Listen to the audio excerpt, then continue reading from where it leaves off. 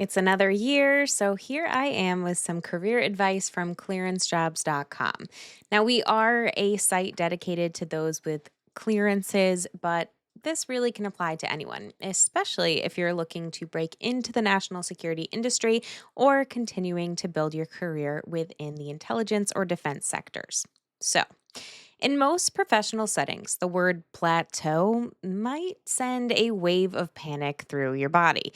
With the job market feeling more competitive than ever, people are looking to advance quickly through promotions and title changes. But any hint of career plateau can trigger the familiar question: should I be doing more? Will I stay in this role for the entirety of my existence? Well, instead of immediately assuming that every career plateau is a setback, here are two strategies to consider before you start doubting yourself this winter. Master your current skills.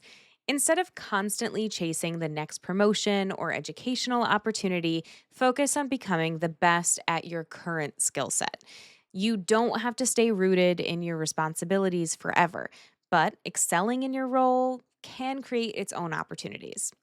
Oftentimes, coworkers and leadership notice that your expertise and your mastery can naturally open doors that you hadn't anticipated. Reflect on your future.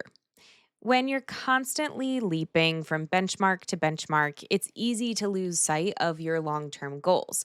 Avoid any abrupt professional regrets by mapping out the direction that you ultimately want your career to go in, rather than chasing what seems appealing in the next 6 months. A plateau can become a valuable moment to envision your next professional decade. If you start to notice that every day at work feels like the same, or that you're unlikely to progress beyond your current bubble, try not to get discouraged. There are almost always pockets of growth that you can pursue right where you are without adding any unnecessary stress.